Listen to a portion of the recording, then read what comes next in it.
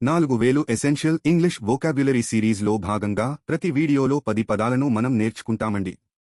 ఈ వీడియోపై మీరేమైనా సలహాలు ఇవ్వాలనుకుంటే కామెంట్ చేయండి. నచ్చితే లైక్ చేయండి. సబ్స్క్రైబ్ అవ్వండి. లౌడ్ అంటే ఏమిటి? లౌడ్ అంటే గట్టి శబ్దం, అంటే చాలా బలంగా, స్పష్టంగా వినపడే శబ్దం. ఉదాహరణకు, ఒక రైలు సిగ్నల్, థియేటర్లో ఒక సినిమా చూస్తున్నప్పుడు వచ్చే సౌండ్ ఎఫెక్ట్స్, లేదా ఒక గుర్రం గర్జించే శబ్దం, ఇవన్నీ గట్టి శబ్దాలకు ఉదాహరణలు. ఉదాహరణ: ఆ మనిషి కంఠధ్వని చాలా గట్టిగా ఉంది, మనమందరం అతన్ని వినగలిగాము.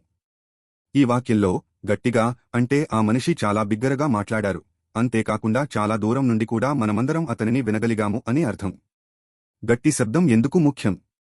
కమ్యూనికేషన్. గట్టి శబ్దాలు మనకు ఒకరితో ఒకరు సమాచారాన్ని మార్పిడి చేసుకోవడానికి సహాయపడతాయి. ఉదాహరణకు, ఒక అగ్నిమాపక సిబ్బంది వాహనం సిరెన్ శబ్దం విని మనం అప్రమత్తం అవుతాము. చెప్పుకోవడం.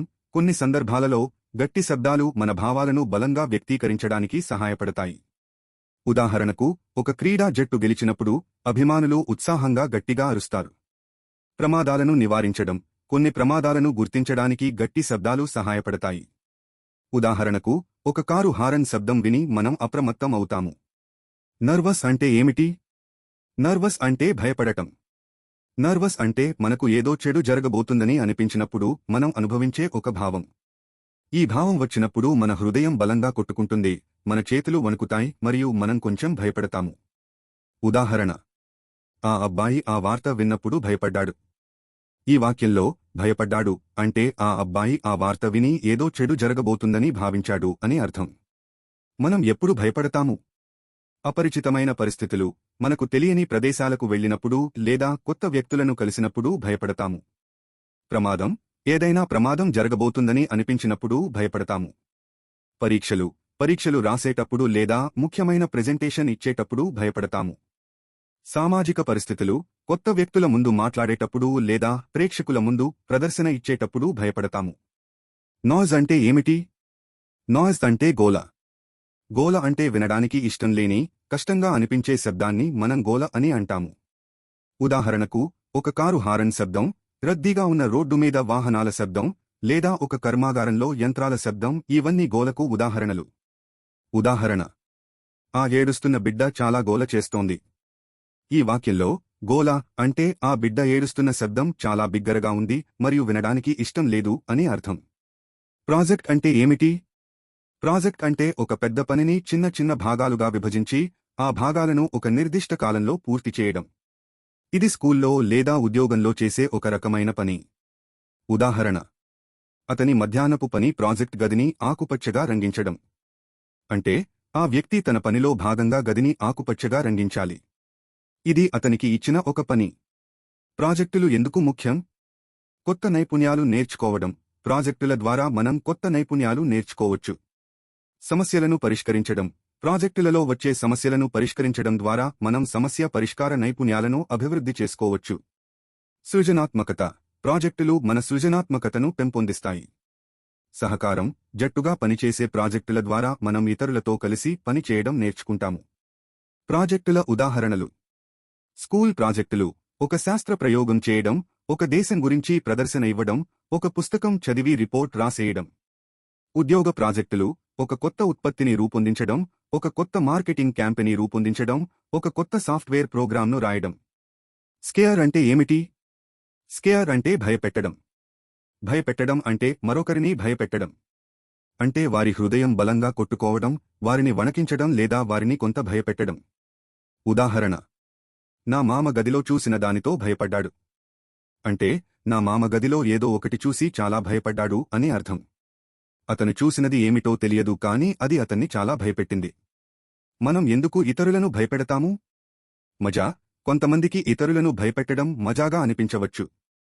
రక్షణ. కొంతమంది తమను తాము రక్షించుకోవడానికి ఇతరులను భయపెడతారు. కోపం. కొంతమంది కోపంగా ఉన్నప్పుడు ఇతరులను భయపెడతారు.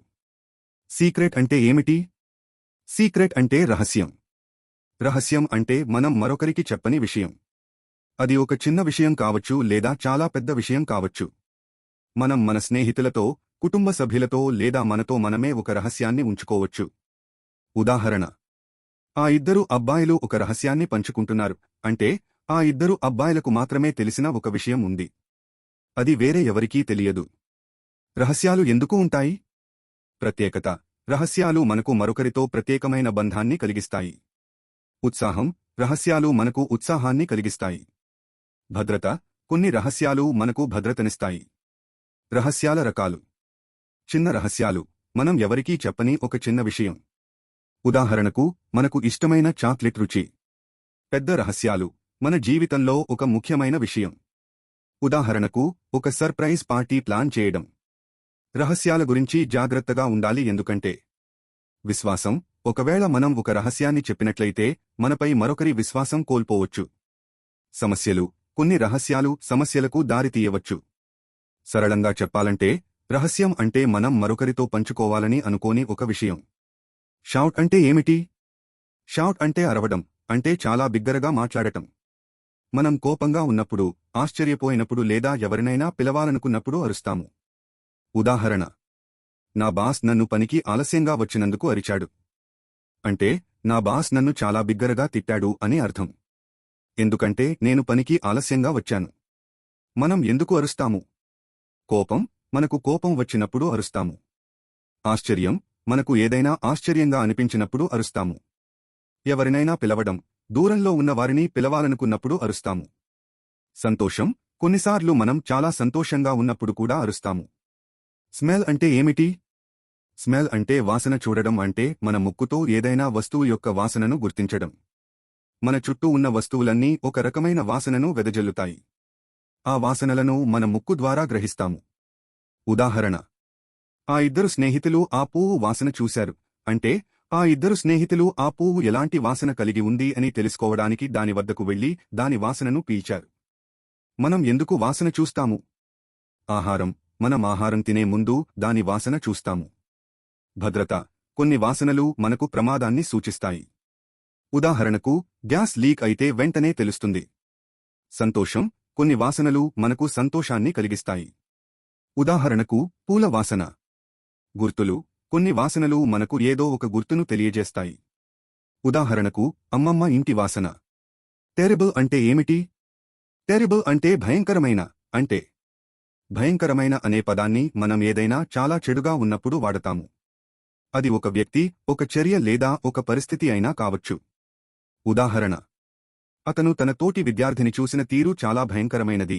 అంటే ఆ వ్యక్తి తన తోటి విద్యార్థినితో చాలా చెడ్డగా ప్రవర్తించాడు అని అర్థం. అతను ఆమెను బాధపెట్టాడు లేదా ఆమెను అవమానించాడు. ఎందుకు ఏదైనా భయంకరమైనది అంటాము? చెడు ప్రవర్తన. ఎవరైనా చెడుగా ప్రవర్తించినప్పుడు వారిని భయంకరమైన వ్యక్తి అంటాము. చెడు పరిస్థితి. ఏదైనా పరిస్థితి చాలా చెడుగా ఉన్నప్పుడు దాన్ని భయంకరమైన పరిస్థితి అంటాము. ఉదాహరణకు, ఒక ప్రమాదం. చెడు అనుభూతి. ఏదైనా మనకు చాలా చెడుగా అనిపించినప్పుడు దాన్ని భయంకరమైన అనుభూతి అంటాము. వోర్స్ అంటే ఏమిటి? వోర్స్ అంటే మరింత చెడుగా ఉంది. అంటే మరింత చెడుగా ఉంది అనే పదబంధం రెండు విషయాలను పోల్చేటప్పుడు వాడతాము. ఒకటి మరొకటి కంటే చాలా చెడుగా ఉంటే ఈ పదబంధాన్ని వాడతాము. ఉదాహరణ: ఈ నెల వ్యాపారం గత నెల కంటే మరింత చెడుగా ఉంది. అంటే ఈ నెల వ్యాపారం గత నెల కంటే బాగా లేదు అని అర్థం. అంటే ఈ నెలలో వ్యాపారం నష్టంలో ఉంది లేదా లాభం తక్కువగా ఉంది. మరింత చెడుగా ఉంది అని ఎందుకు అంటాము? పోలిక. రెండు విషయాలను పోల్చేటప్పుడు వాటిలో ఏది మంచిది, ఏది చెడుది అని తెలియజేయడానికి ఈ పదబంధాన్ని వాడతాము. చెడు పరిస్థితి. ఒక పరిస్థితి మరొక పరిస్థితి కంటే మరింత చెడుగా ఉన్నప్పుడు ఈ పదబంధాన్ని వాడతాము. నిరాశ. ఒక పరిస్థితి మనం ఆశించినట్లు లేనప్పుడు ఈ పదబంధాన్ని వాడతాము. మరో వీడియోతో మళ్ళీ కలుద్దాం. Thank you.